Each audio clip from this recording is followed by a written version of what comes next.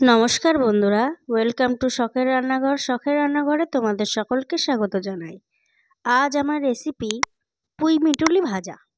আর এই পুঁই মিটুলি ভাজা গরম গরম ধোয়া ওঠা ভাতের সঙ্গে কিন্তু দারুণ লাগে খেতে। তবে দেখে নেওয়া যাক আজ আমার পুঁই মিটুলি ভাজার রেসিপিটি। পুঁই মিটুলি ভাজার জন্য আমি সবার প্রথমে পুঁই মিটুলিগুলো ছোট ছোট করে কেটে নিয়েছি, আর আলুগুলোও ছোট ছোট করে কেটে নিয়েছি। এরপর কড়াইতে দিয়ে দেব পরিমাণ মতন সর্ষের তেল।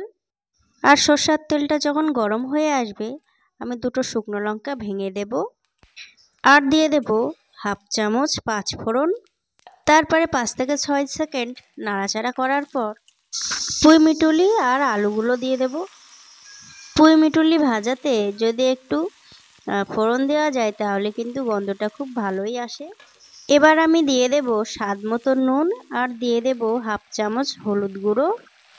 তারপরে লো টু মিডিয়াম আঁচে আমি ভাজতে থাকবো।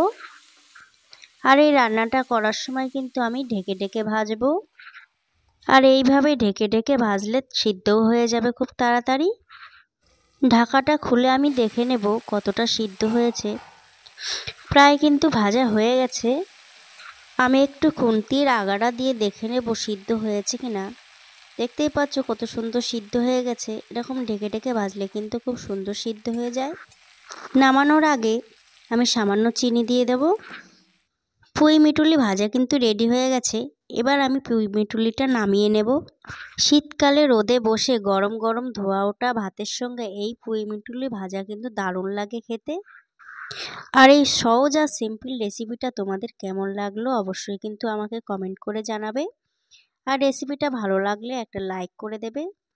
আর আমার চ্যানেলে যদি তুমি নতুন হয়ে থাকো তাহলে অবশ্যই চ্যানেলটিকে সাবস্ক্রাইব করে পাশে থাকা বেল আইকনটিতে ক্লিক করে রাখবে। এতে আমি যখনই ভিডিও ছাড়বো সবার আগে পৌঁছে যাবে তোমার কাছে। তাহলে আজকের মতন এই পর্যন্ত। দেখা হচ্ছে অন্য কোনো রেসিপি নিয়ে। সবাই ভালো থাকবে, সুস্থ থাকবে। নমস্কার।